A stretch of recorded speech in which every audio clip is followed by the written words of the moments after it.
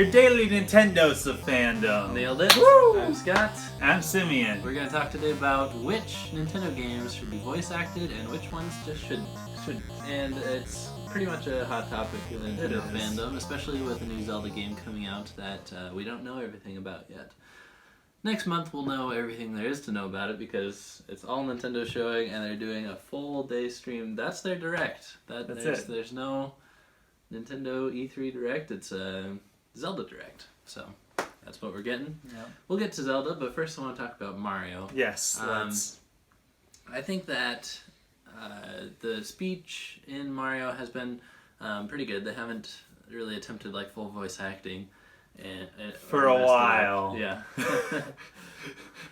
What are you thinking of specifically? Hotel Mario. Yeah. Only you would think you of know that. what they say? Yeah. All toasters toast toast. Which isn't even true. I think the best kind of gibberish that the series has used has been heard in Mario and Luigi RPGs. I think that's like the best Charles Martinet voice acting. I can't really imitate it, but a lot of it stands out in my memory, like "Bitter Bio" and stuff like that. It just sounds very Italian, very Charles Martinet, and I think it should just be used in all the Mario games. Yeah. Why limit such good Mario speech patterns to Mario and Luigi? I agree. We don't get those games that often anyway. So just gibberish for Mario. And I honestly think that is the way that The Legend of Zelda should go, is just keeping in the vein of "oh" or "ma" or Yeah. Yeah. And no talking Link. Once again, we've seen that. And the whole purpose of Link, and I talked about how I don't like this, but the whole purpose of Link is that he's bland and that he doesn't have a personality so that you can put yourself in his own role because you are bland and personalityless. No, it's what they usually have is what the series demands because that's really, they want you to be in the story. Leaves more room for self-projection. Yes, exactly. So Legend of Zelda, keep it the same way it is, just a little bit of jibber jabber and that's it. Alright, next we're going to talk about the Metroid series, and I think we've seen how this can be done right and how it can be done wrong with voice acting. And I think overall I just prefer like the Metroid games where there's little to no interaction with other sentient beings, and if there is, they're just monsters that you're blasting to death. Yes. So you can really see that in like the original Metroid Prime. Metroid Prime 3 had voice acting for everybody but Samus, and that actually went pretty good. There was something about the Metroid Prime series that I don't remember fondly, and that's just like all the text I had to read if I was scanning things and stuff like that. Yeah. So I don't know.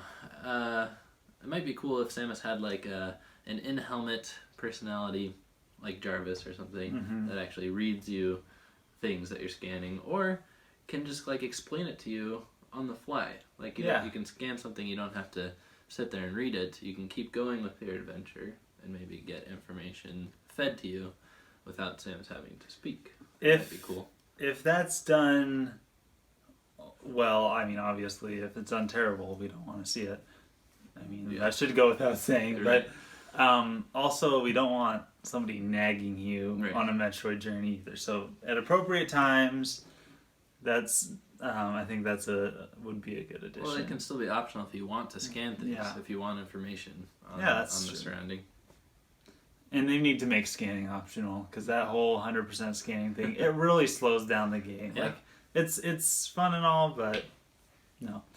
Pokemon, I think that text-based, I think for RPGs, text-based, for Nintendo at least, is the norm. And I think it would be cool to see them all voice acted, like even the NPCs, because I think that would force them to take a look at what kind of dialogue they write for them.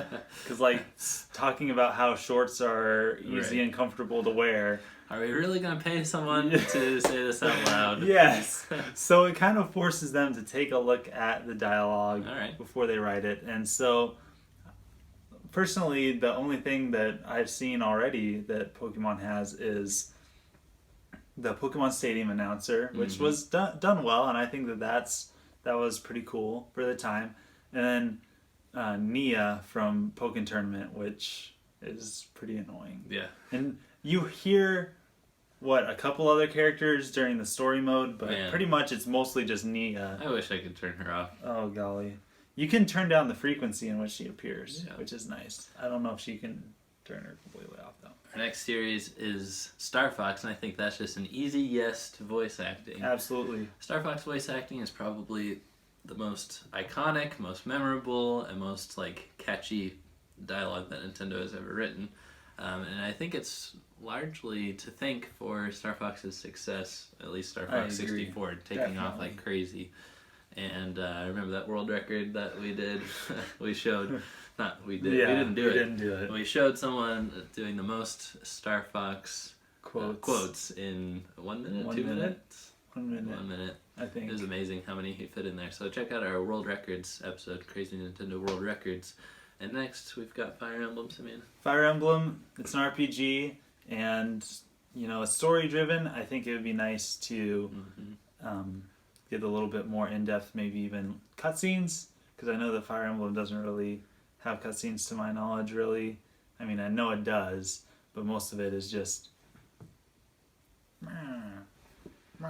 like two puppets talking at each other. They do just like occasional, very well animated cinematics, but it's for like the most crucial plot points. And I haven't gotten that far into a Fire Emblem game, but I remember, they introduce it that way, but then they quickly go into the puppets, mode. like you said, yeah. Yep. All right, for Animal Crossing. Animal Crossing was interesting for me thinking about this, because the first thing I thought was like, I would really love to hear some of the really charismatic characters fully voice acted, like Rossetti yelling at you. Yes. Actually yelling at you would be really cool. And, but then I just thought, I don't want to replace Animal Crossing's very iconic gibberish sound, because they've done a great job on that, and that's just part of Animal Crossing. So I don't know if I would replace that for anything. It's part of the charm. Yeah. Next game is Custom Robo, and I just recently rebooted this one up, and it's a really, really funny game with a lot of funny dialogue. And so to have another Custom Robo game, Nintendo, and fully voice acted would be fantastic to get like actual good emotion through, because it's just as it is, it's just like Animal Crossing gibberish. For Punch Out, I don't think I would change anything. It's kind of cheesy and over the top, and you would lose a lot of that if you were just reading it. So they're doing it right. Sin and Punishment, you put this one We have to address it. Golly, Star Successor. What was it? My blood is on fire! I can't remember exactly. That's right. Oh, golly. More like Sin and Punishment Star Failure. More like punishing me for my sins by playing this game. Yeah. Better voice acting on that, please. Or just take out the story altogether. Yeah, just take out the story. No voice Make acting. it a stinking arcade game. Please. Like it should be. Alright, last we've got Donkey Kong, and I'm thinking let's probably not do any voice acting, because that would just sound like very annoying primate noises. Yeah, the DK rap is all you need. So we left out a few series, and that's like Yoshi, where there really is no speaking and stuff like that. There's also Kid Icarus, and we got to give them props for the good job they did on voice acting. Yeah, I don't have enough experience with that. Kid Icarus Uprising was very good. The original wasn't voice acted at all. Kind of weird. Yeah. Voice acting on the NES was very few and far between. Alright guys, thanks for watching. Thanks for being part of the crew. What should our crew members do today, Cindy? Go buy a t-shirt. Okay. Go click on our face, where our faces normally are, right here, and it should be a t-shirt. It's getting hot. You don't want the hoodie or the crew neck, but we've got tees, we've got baseball tees.